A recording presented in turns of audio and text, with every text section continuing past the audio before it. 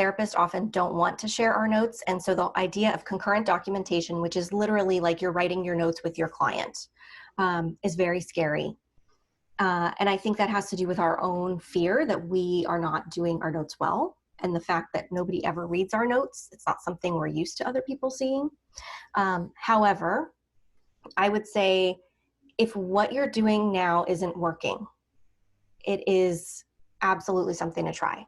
So when people try concurrent documentation or collaborative documentation, they, about 75% of clients like it and want to continue doing it.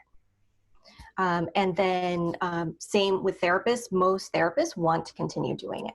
So there's a lot of research that shows if you try it, you'll like it. The research also shows it takes about 6 to 8 weeks to get comfortable doing it. So it's not something you try for a week or two and then say, this doesn't work for me. Know that it will take some time to get used to doing that. I would also say if you're someone, for example, like the person at the beginning of the call who said, I'm kind of used to taking notes during the session, but now during COVID or, doing online stuff, I can't. One other way to do collaborative documentation is to do it at the end of the session and kind of use it as a way to end. So you say like the last 5 minutes of the session, you say, okay, we're going to wrap up. We're going to talk about what, we're going to, write a note about what we did today.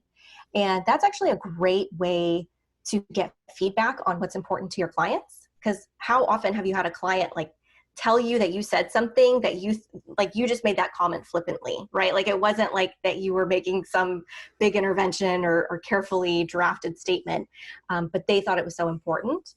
So it's kind of cool because it's a way to check in with your clients about what they're thinking about therapy, what's important to them, what they found helpful in that particular session. And if you struggle with ending sessions on time, it can kind of help that process too.